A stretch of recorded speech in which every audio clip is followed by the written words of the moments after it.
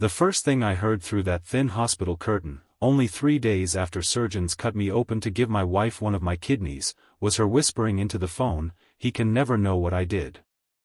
Promise me." "Not yet, not like this."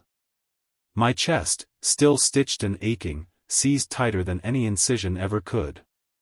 Before I tell you what happened next, if you believe in kindness, in forgiveness, in hope, and in second chances that arrive when we least expect them, I want to ask you to like this video, leave a comment, share it with someone who needs a little hope today, and subscribe to our channel so you never miss another story like this one. Stories like mine remind me that our community is made of people who still believe love can survive its hardest tests, and I'm grateful every single one of you is here for this journey with me. My name is Warwick Doyle, though everyone except my mother has called me Rick since I was a boy trying to sound tougher than I was. I am 44 years old. I have spent the better part of 2 decades installing and repairing industrial refrigeration systems, and until the spring of last year, the biggest decision I had ever made was whether to propose to Corinne Voss on a Tuesday or wait for a weekend. I chose the Tuesday. I have never been a patient man when it comes to the people I love, and Corinne has always been the person I loved most urgently, most completely. From the very first afternoon I watched her laugh so hard at her own joke in a crowded diner that she knocked over a glass of water and apologized to the glass itself before apologizing to me. We married 11 years ago in her mother's backyard, under a maple tree that dropped a single red leaf onto the cake table just as we said our vows, which her mother, Eleanor, insisted was a sign of good fortune.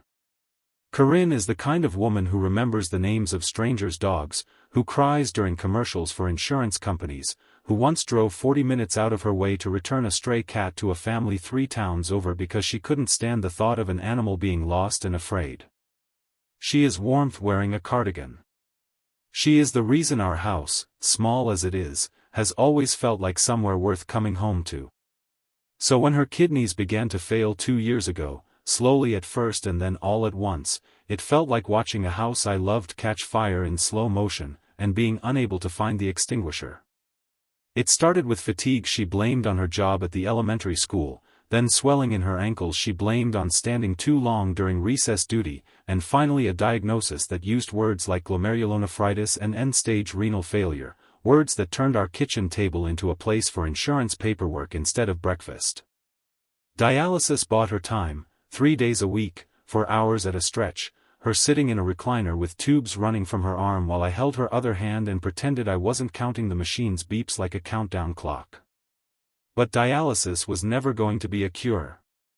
It was only ever a bridge, and bridges, as anyone who has stood on one long enough knows, eventually need somewhere solid to land. The transplant list felt like waiting for a miracle scheduled by a bureaucracy, and Corinne, ever practical even in crisis, told me not to hold my breath for a stranger's generosity when we hadn't even asked the people closest to us. That was when I went in for testing myself, half hoping and half terrified I would be a match, because loving someone and being medically compatible with them are 2 entirely different kinds of intimacy. When Dr. Alistair Finch called to tell me I was a match, I sat down on the curb outside the hospital parking garage and cried in a way I hadn't cried since my father's funeral, except this time the tears were relief instead of grief, hope instead of loss. I remember thinking that if my body could do one truly useful thing in this life, let it be this.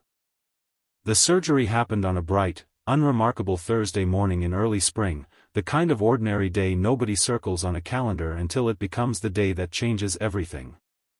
I remember the fluorescent lights sliding past as they wheeled me down the hallway, remember squeezing Corinne's hand outside pre-op until a nurse gently reminded us it was time, remember her whispering that she loved me more than she had words for, and then nothing, just the clean, dreamless dark of anesthesia.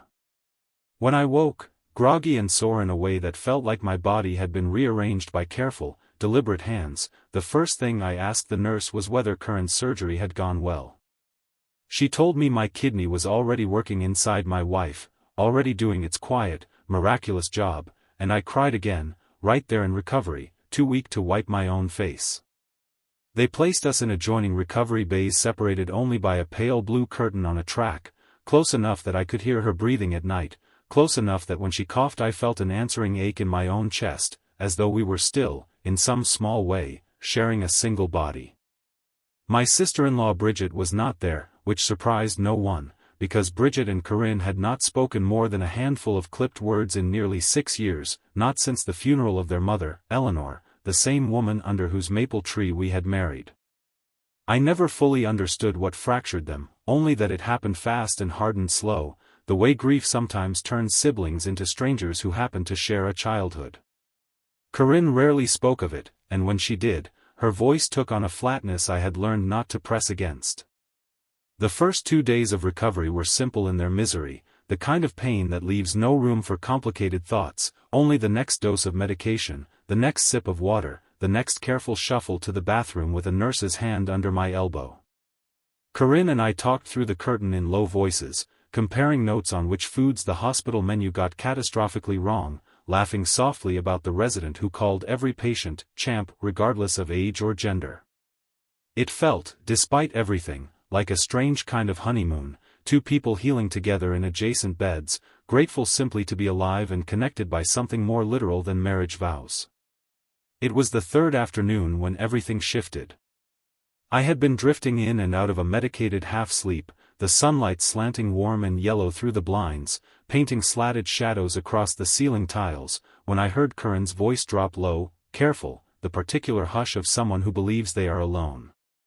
I assumed at first she was speaking to a nurse, until I heard her say a name I did know, Bridget, followed by words that snapped me fully awake faster than any alarm.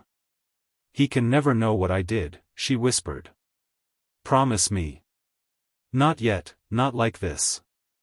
There was a pause, and then, quieter still, "If he finds out before I'm ready to explain it, I don't know what he'll think of me." I lay perfectly still, my heart hammering against stitches that were barely 3 days old, listening to my own wife speak in a tone I had never once heard her use in 11 years of marriage, a tone thick with guilt and secrecy. She continued, murmuring something about money, about the paperwork, about needing just a little more time before everyone finds out, and then her voice cracked, actually cracked, and she said, "I know it was supposed to be mine to keep. I know how it looks. But I couldn't just sit there and do nothing while he was in there giving me a piece of himself." The call ended not long after, and I heard her exhale, a long, shaking breath, followed by the particular silence of someone trying very hard not to cry where anyone might hear. I did not sleep again that night, though I pretended to when a nurse came to check my vitals, and I pretended to again the following morning when Corinne, propped up in her own bed just beyond that thin curtain, asked cheerfully how I was feeling. I told her I was feeling better, which was true of my body and a complete fabrication of everything else. My mind had spent the entire night constructing a courtroom out of nothing, prosecuting my own wife with evidence made of half a phone call and 11 years of trust one suddenly wasn't sure I understood correctly. Every scenario I built was uglier than the last. Had she done something with our savings without telling me? Had there been someone else, some other man who called her Corinne with the same softness Bridget's name had carried in that conversation, though I told myself that was absurd even as I thought it? Had the sister she hadn't spoken to in 6 years suddenly re-entered her life in some way that required this much secrecy, this much shame in her voice? I want to pause here and say something honest, something I have had to sit with in the months since. I am not proud of where my mind went that night. I had just given this woman an organ from my own body, trusting her with the most literal, physical form of vulnerability a person can offer another, and yet in the space of one overheard phone call, doubt moved into my chest like it had always lived there, like trust had only ever been a temporary tenant. That is what fear does to us when we are tired and hurting and half-drugged on painkillers in a hospital bed with too much time to think. It does not wait for evidence. It builds entire cathedrals out of a single whispered sentence and then dares you to tear them down. For the next 4 days, through the rest of our hospital stay and into the first difficult week home, I said nothing, and I want to be honest that this was its own kind of failure, because silence between people who love each other is rarely neutral ground. Corinne noticed, of course she noticed, she has always read me like the large print books her mother used to love. She would ask if something was wrong and I would say I was just tired, just sore, just adjusting to having one kidney doing the work of two, and she would nod and let it go, though I could see the worry gathering behind her eyes like weather. We moved around each other carefully in our small house, two people healing from major surgery who were supposed to be leaning on each other and instead were quietly, politely, devastatingly avoiding the truth. It was Desmond Locke, my closest friend since our 20s, who finally cracked me open the way the surgeons had, though with considerably less anesthesia. He came by on the 6th day home to bring a casserole his wife had made and found me sitting alone on the back porch, staring at nothing, my incision aching in that dull, persistent way that reminds you your body is still rebuilding itself. He sat down beside me without asking permission, the way old friends do, and after a while he said that a man who just gave his wife a kidney should not look like he'd rather be anywhere else in the world than in his own home. I told him about the phone call, every whispered word of it, and he listened without interrupting, which is the rarest and best thing a friend can do. When I finished, he asked me a single question that I have not stopped turning over since. Had I actually asked Corinne what she meant, or had I simply decided what it meant and started grieving a version of my marriage that might not even be real? I did not have a good answer for him. I had spent a week constructing an entire narrative of betrayal out of 11 whispered seconds, and in all that time, I had not once simply asked my wife, the woman who had trusted me enough to let me cut a piece of myself away and place it inside her body, what she had actually been talking about. Desmond left not long after, but his question stayed, circling the porch like a moth around the single bulb above the door, and that night, after Corinne had settled into bed, moving carefully the way we both still moved, I finally asked her. I did not accuse her. I tried, as best I could with a voice unsteady from nerves, to simply tell her what I had heard and how it had made me feel, the fear that had grown in the dark, the courtroom I had built in my own head. I watched her face change as I spoke, watched confusion give way to something like horror, not at being caught, but at realizing what I must have been carrying alone for nearly a week while she thought I was simply healing. She was quiet for a long moment, and I remember being terrified of that silence, certain it meant I had been right to be afraid. Then she reached for my hand, the same hand she had held outside pre-op, and she told me the truth, and it was nothing at all like what I had imagined, and everything more complicated and more beautiful than any story I could have invented.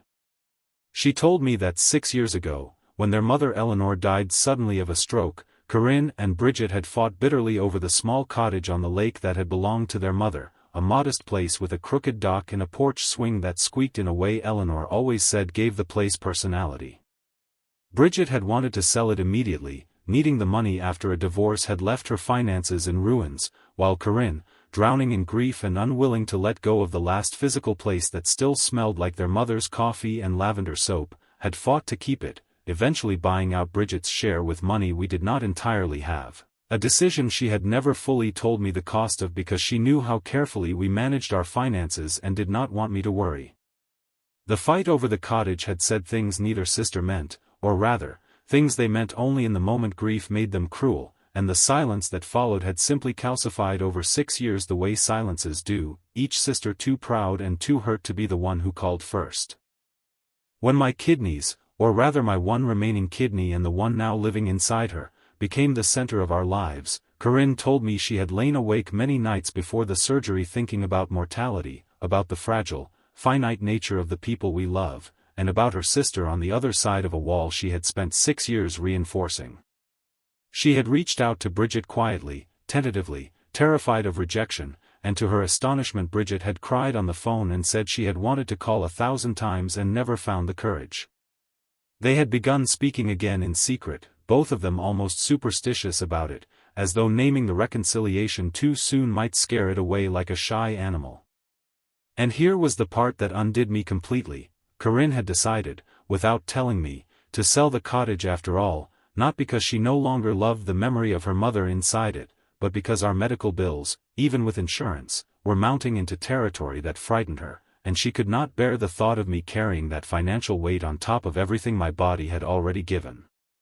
She wanted to hand me the proceeds as a surprise once everything closed, wanted to walk into whatever recovery milestone felt significant and tell me our debts were handled, wanted, in her words, to give me something back after I had given her the single largest gift a person can give another.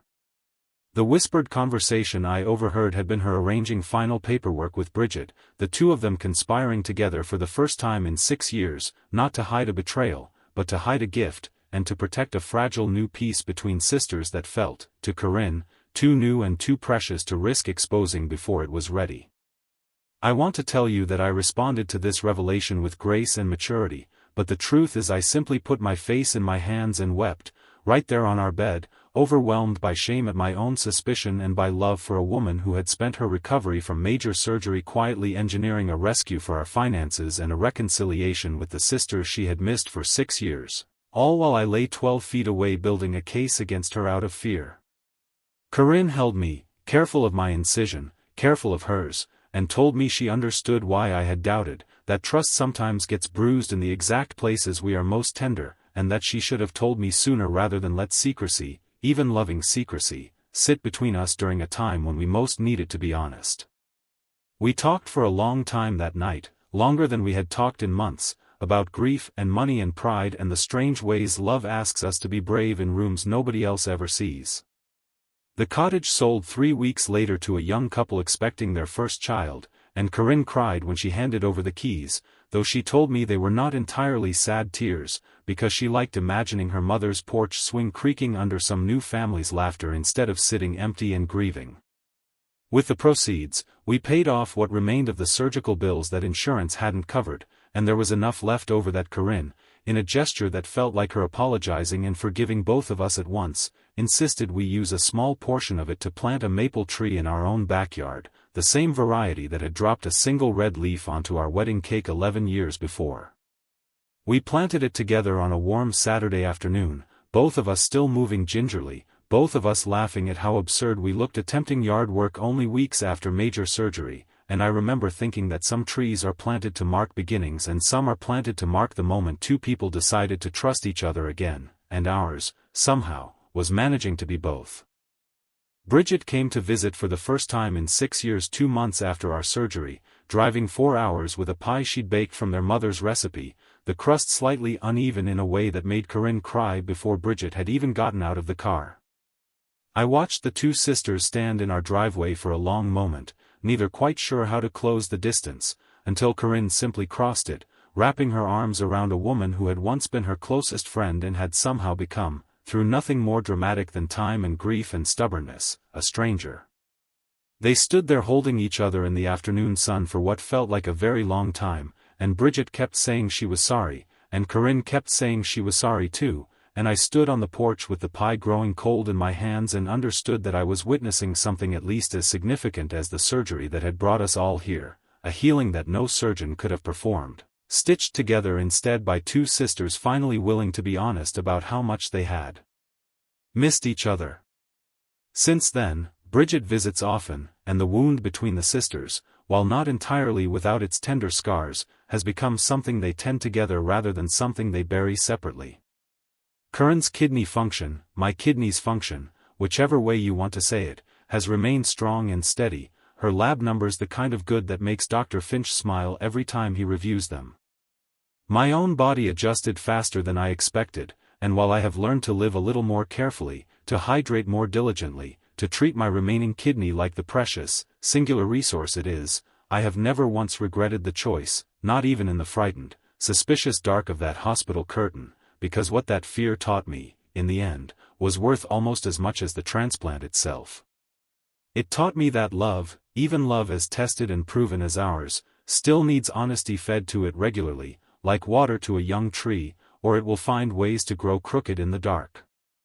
If this story touched something in you, whether it reminded you of a sibling you haven't spoken to in too long, or a partner you love enough to be afraid of losing, or simply the quiet, complicated courage it takes to trust someone completely, I would love for you to leave a comment and tell me about a moment when doubt almost cost you something precious, or a moment when the truth turned out to be so much kinder than the fear you'd built around it. Our family has learned that the stories we tell ourselves in silence are rarely as generous as the truth waiting to be spoken, and I believe so many of you carry a version of that lesson too.